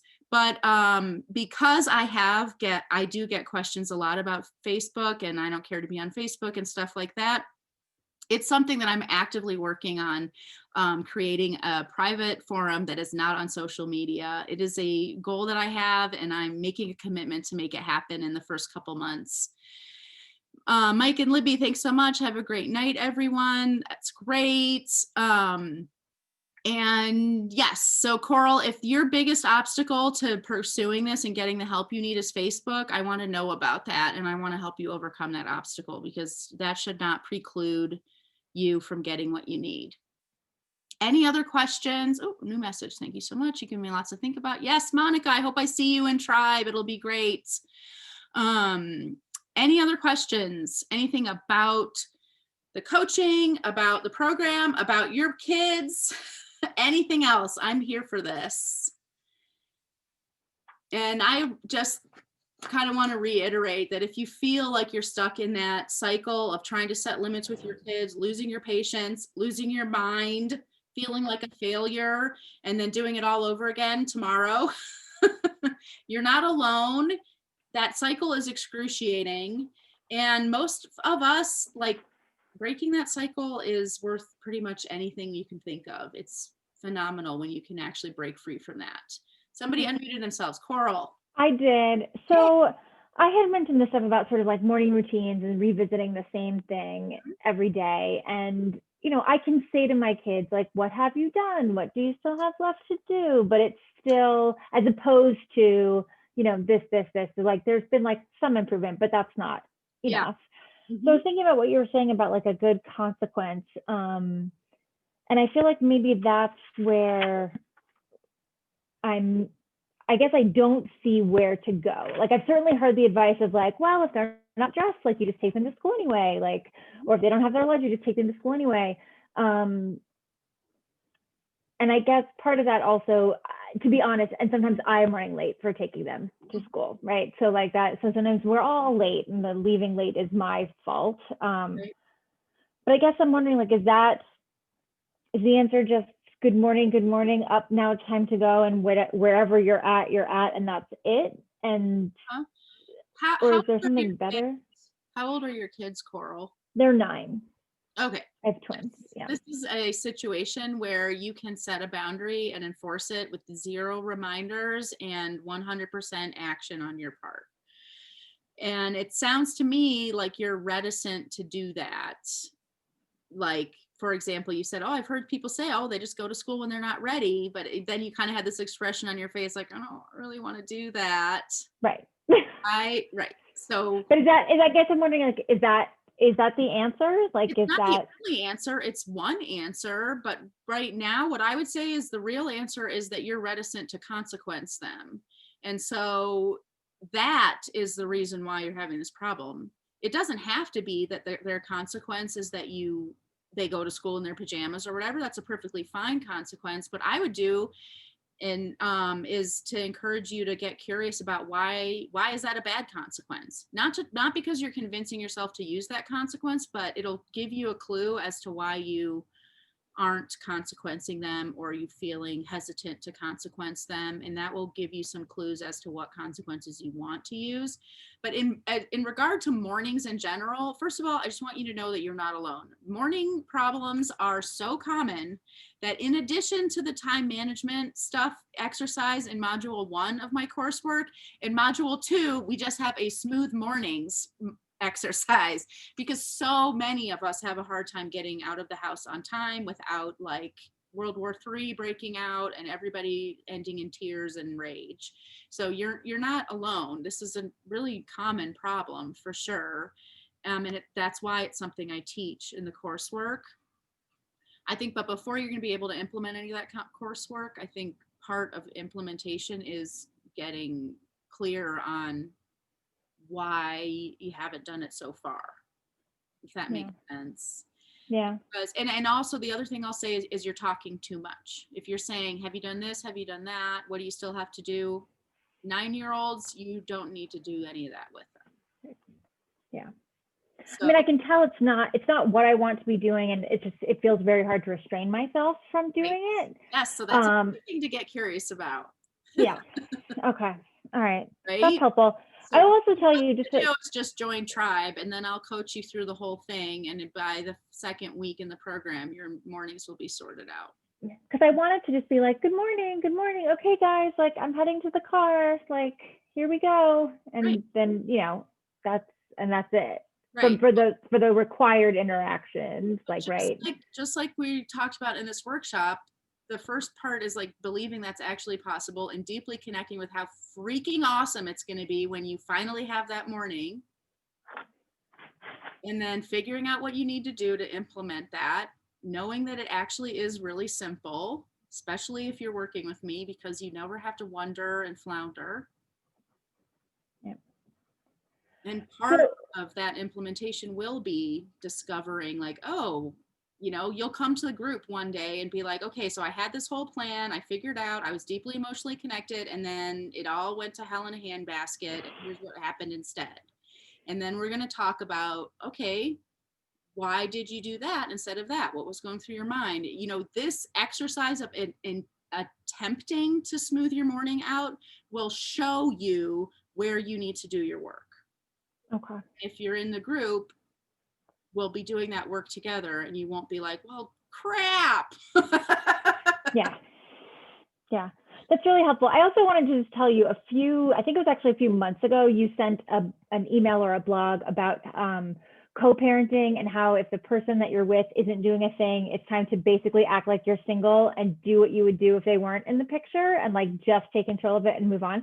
And I wanted to say that was really helpful for me. And I shared it with friends, and that attitude of like, okay, I can do this myself, right? Not that I'm not like a woman who's able to do things on her own, but I do often feel like I need to, approve it and discuss it and co-parent. It was helpful to be like, nope, it's a good decision. I can just do it. We can just do these things. And it was really helpful. Thank you so much for telling me about that, because I actually had to like put on my big girl pants to send that email out, because it's something that I've brought up in parenting groups previously. And some people are like, yeah. And other people are like, if my partner's not going to be helping me, then what's the point of even being married? And then we get into this whole conversation of like, well, what is the point of being married? Because I didn't get married to have a assistant.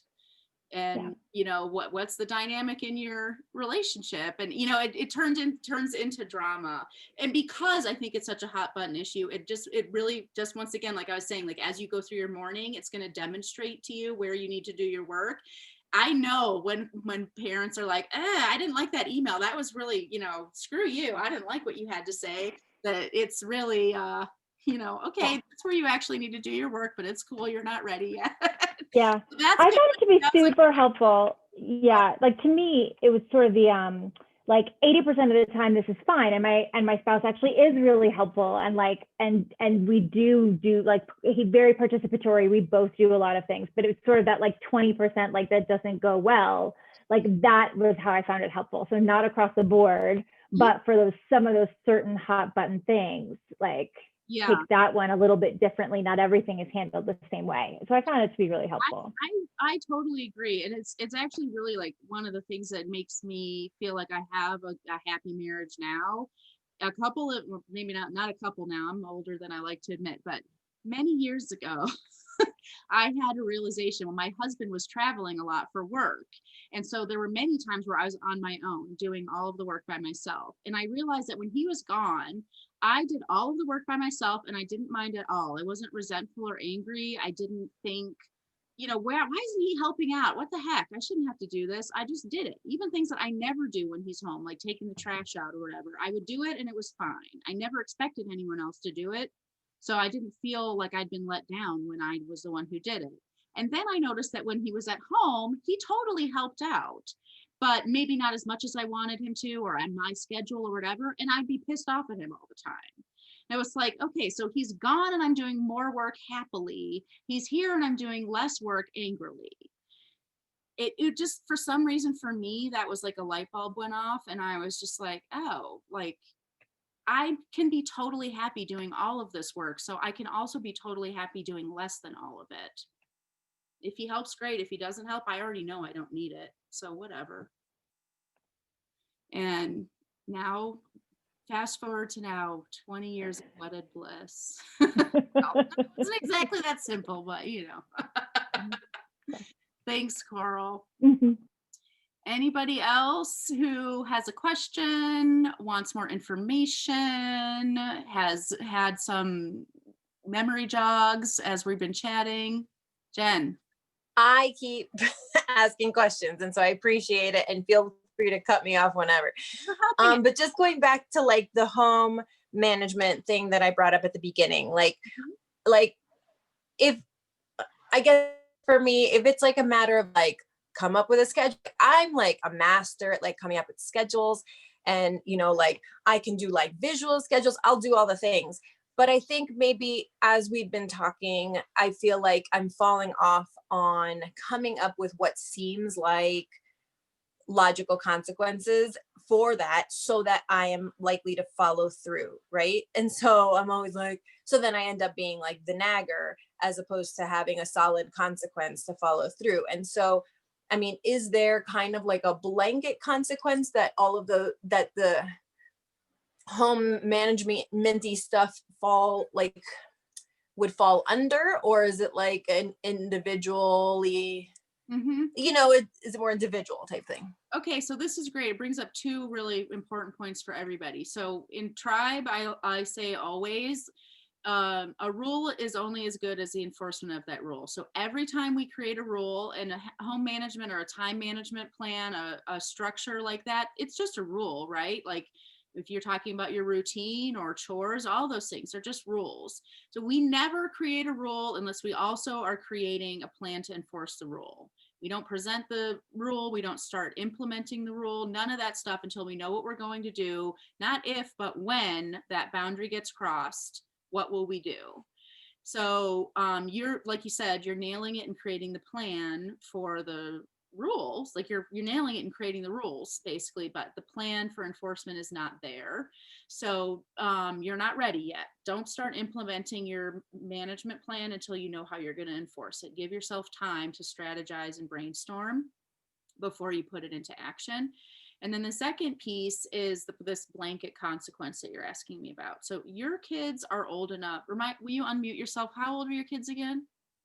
5 and 7. Yeah. Okay. So the beauty of being a parent is it's just a matter of time before someone wants something from you.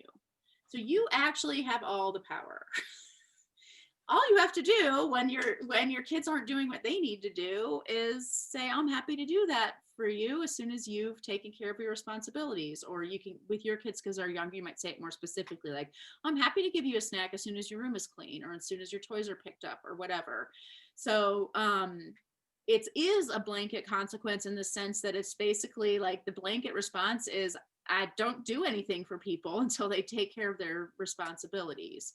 The actual consequence itself will be different based on each child and what they want and what their responsibilities are and things like that. But that's something that we learn about in module 4. It's called an energy drain, and it's a really great way to teach kids about basically like you don't just get to take all the time. Okay, any more questions? I feel so like I don't know, proud that you guys are still on with me, because most people don't sit in a free workshop for 2 hours, so I must be doing something right. I do have a question. Great. Can you hear me? Yep. Yeah. If you have a minute more. Okay, so it could be really obvious, but it's ridiculous, and this is the thing that's been bothering me for a long time is I have 2 daughters, 15 and 16, and one of them has a horse. This is her love of her life, her thing that she wants to do, and you know, she's into it. We built this, we renovated a barn, we got the stalls, we got the horse. This was like her thing. Now it's like Dad and I are taking care of the stinking horse. We don't want to get rid of the horse because that would devastate her. Maybe that's the consequence. She says the horse is fine, but she doesn't always get up in the morning to feed him and then has to go to school. Right. So then mom and dad end up doing it because we don't want the horse to go Yes. hungry. So this is something that I teach in my coursework, this kind of like creating your restorative justice plan, which is at her age, that's what needs to happen. You can see that the final end point, like you said, which is she doesn't get to keep the horse. That's kind of like the nuclear option, but it is part of that plan. What also needs to happen is creating sort of milestones before then. And also understanding that along the way, that doesn't mean that you are compromising your boundaries as far as like, I don't want to take care of the stinking horse. And also, this isn't my responsibility and all that stuff. It's not like until we get to the nuclear option, we're delaying our own happiness and peace and serenity.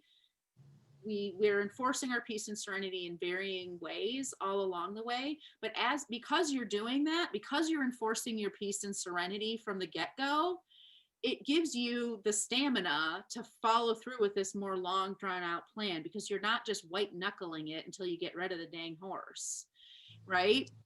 So it's something that's bigger than what we can talk about in a workshop, because creating a restorative justice plan is something that happens really child specific, and also it has to fit your family, it has to fit the situation and all that stuff, and especially about a horse, that's like very specific situation. Right. So but I really encourage you, to take advantage of the promo, join the group. It's a lifetime program, so after you start amortizing it over the life of your child, you're paying like 5 cents a month or something like that. That's something that I would totally love to work with you on creating. It's something that you'll actually get the tools to create for yourself, just even with the coursework, and I can help give you feedback on it and give you ideas and kind of co-create consequences and stuff like that. That's another thing, apart from the restorative justice piece. But I don't know if you've noticed, but I give examples of consequences, but I don't really ever tell you like the consequence should be this, because it has to fit for your family. It has to feel comfortable for you. And I don't know your kid. I don't know what matters to your child. So one of the things that you'll do in Tribe is actually create a customized consequence list for each of your children. And so definitely that customized consequence list is something you can draw from when you're creating a restorative justice plan for your daughter. So how does that fit in with your group settings? Like if it's not one-on-one? Mm-hmm. It's not all one-on-one, but just like you and I are chatting right now, if you were in Tribe, you and I would be chatting and I would say, okay, what's your plan? And, oh, okay, here's what I came up with, but I have a hole here. I don't really know what the consequence should be. Okay, let's talk about it. And by the way, the fact that you and I are talking right now one-on-one is benefiting every single person on this call. Everyone's going, ooh, a customized consequence list. That's a really good idea. Or, oh, wow, restorative justice. I never thought about that in terms of parenting. It's important, the stuff that we're talking about. So one of the things that sometimes people have to get over in a group coaching program is feeling like they're taking up everybody else's time, when really you asking a question is enhancing every single person's parenting. So you will absolutely be getting one-on-one help from me in creating your plan for your daughter, and everyone else is going to get to benefit from that. Okay. And then real quick, one other question. Mm-hmm. Since my kids are older, I feel like, I mean, in my head, I'm thinking I got 2 and 3 years with these kids. Yeah, you're white. So do you though see this as being something that you've seen that parents need it even further after their kids are in college, or oh my gosh, not? Yes. And I love working partly because my kids are teenagers, so it's something that's really close to my heart. but I love working with parents of teens because there's definitely an emotional piece to the teenage years. And I'm not just talking about the fact that your kids drive you crazy and push you to your limit or whatever, but also like this is the end of a chapter of your life, the beginning of something new. I really strongly believe that adolescence is a grieving process for most mothers. And it's important to go through that and remember that heal and deal stuff in a way that doesn't dump that on our kids, but still honors our need and all of that stuff. So just off the top of my head, that alone is something that I would enjoy shepherding you through, and I don't feel like you should have to go through on your own.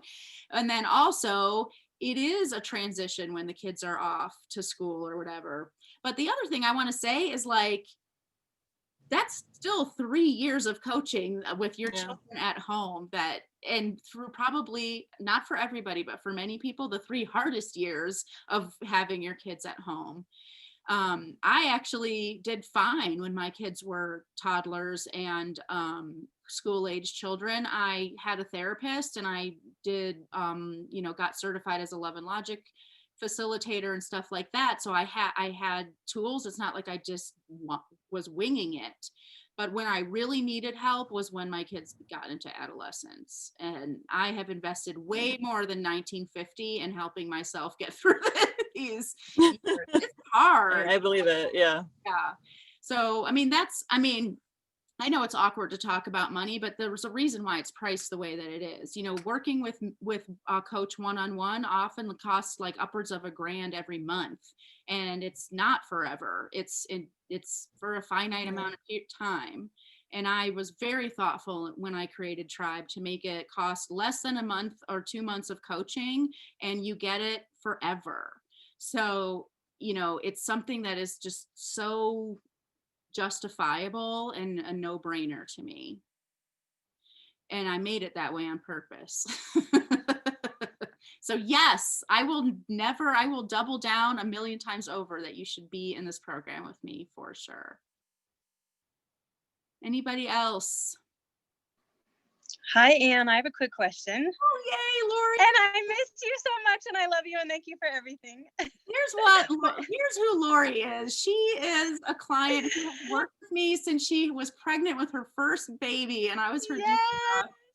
And you guys, Anne is the best, and she will love you to the end. She will. You are like hold a very special place in my heart. You always will. She caught my baby. She got all my babies. But one of my babies is a real handful, Anne, my 6-year-old. Mm-hmm. So there's a lot to say, but I just have one specific question, and that is how he treats his little sister and Maple. And I'm just trying to figure out, do I teach? She is such a smart little girl. She is 3 going on 13. And I'm like, do I teach her neutrality? Is that the word, neutrality? Am I saying that right? Neutrality. Do I teach her neutrality? Should I teach her that her reactions are feeding him? And if so what do I do? Oh, sibling stuff, the best thing you can do is to stay out of it as much as you possibly can. That's where that neutrality piece comes in, because we don't want you to be giving him an emotional reaction that encourages him to do that again. So as much as you possibly can, let them sort it out. And watching kids sort out how to be human around other humans is excruciating, because they suck at it.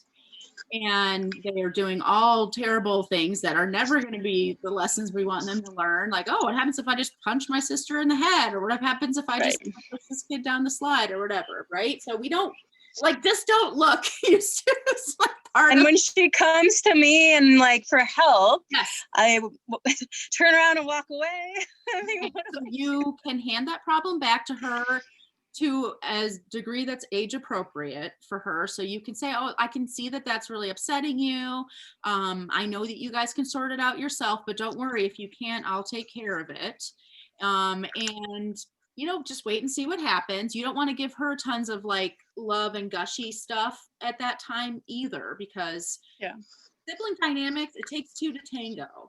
So we don't really know. We really don't. And sometimes people don't believe me when I say this, but even if you're sitting there and watching things unfold, We don't really Yeah. know what's been going on behind the scenes.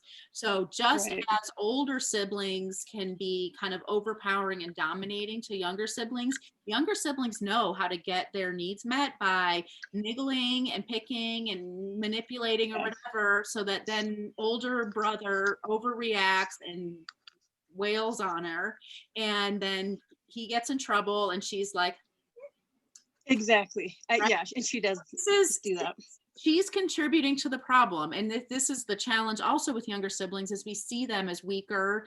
They are weaker, they're smaller, and we sometimes, especially if they're the youngest, we see them, they're the baby, and that they hold that special place in our heart and stuff like that. So it's really hard to see them in the same light. And I think Monica was the one who was saying, like, I realize I'm not neutral with one of my kids and I am with the other. That can often be why. So what we do with siblings, everyone gets a consequence. If you can't sort it out for yourself, so we try to hand the problem back once, and then if you can't sort it out for yourself, then now mommy's going to sort it out. And I'm not interested in figuring out who started it or who's to blame or whatever. I'm not running a model UN in my house. You guys, you can be fighting happens away from my ears. Fighting hurts my ears. It looks like you guys can't handle being near each other right now or whatever. If it's about a toy, I mean, that's a no-brainer. You just take the toy away. I mean, done and done. But I want to say that this is actually something that I teach in Tribe, because sibling dynamics are a big deal. They're universal. Anytime there's siblings, there's sibling dynamics. So unless you only have an only child, you need this. And so there's a whole exercise about sibling dynamics, because everybody needs it, and it's nuanced. I mean, I'm giving you some of the broad strokes right now, but what happens when someone gets hurt? Where's your limit? How do you enforce your limit? And how do you decide that to enforce your limit? And how do you enforce your limit while still staying neutral, so you're not feeding the interactions and stuff like that? It's a big deal. And for most people, and I can say for myself and my family, one of our big problem in our family is sibling dynamics. I have 4 kids. I already told you guys that. And so I have said many times to girlfriends, if we could just get the sibling stuff figured out, our house would be so happy and harmonious. If that's the one thing, that's my one thing. And it's just part of having multiple children, honestly. Have done that and it works. Oh, yay, good. Yay. So, Anne, really quickly, I just want to, Jake wasn't able to join me tonight, but I want to get him a little bit more on board with the idea of all of your tribe stuff and everything. Right. I noticed this is recorded. Can he see this? Can he watch it? Do you provide it? It's not something that I'm planning on like widely sharing, but I have it and stuff like that. Also, just for anyone who's thinking about working with me in a couple, if you and your partner want to work with me, you should not join Tribe. You should work with me one-on-one. I have a whole couples that we do. Tribe is a big estrogen festival. So no, he would. Awesome. It's like the red. Jake, Jake, he would not participate. Well, no, he wouldn't like it. That's not for him. Yeah, exactly. It's a clubhouse that no boys are allowed in. So no, I wouldn't want him there.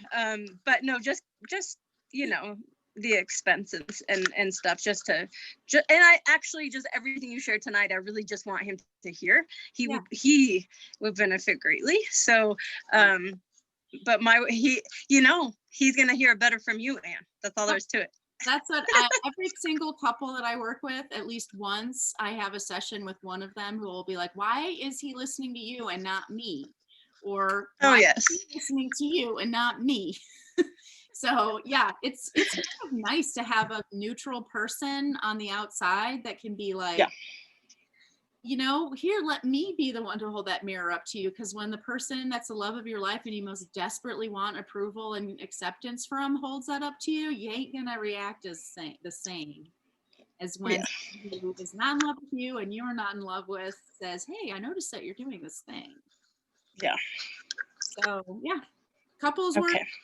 it's a big part of my practice. It sort of organically grew that way. At first, I was only working with moms, but then couples started being like, I want my husband to do this, or I want to do this together, and stuff like that. And I Yeah. was a little nervous at first because I hadn't worked with men very much, but I love it. It's great. And it reminded me of when I was a doula and how much I really connected with the dads, and how, bye Jen, and how for so much of the birth, the mom was in la la land and I was like a team with the dad and stuff. And I forgot how much I missed that. It was really great. So I love doing couples work. If you guys want to do couples work with me, I'll be so all over that.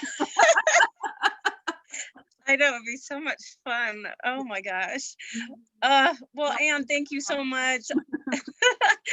I have to run tonight, but I'm gonna be in touch with you. Okay, bye, Lori. Anybody else? Okay. I can't believe how long we've been on here and I'm loving it. So anyone else? Last questions? Anything you need to hear from me to help you feel ready to enroll in Tribe or feel good about that choice? I am here for you. Thank you so much. Yay, Katie, I'm Thank you. excited. All right, Coral, see you. Bye, everybody.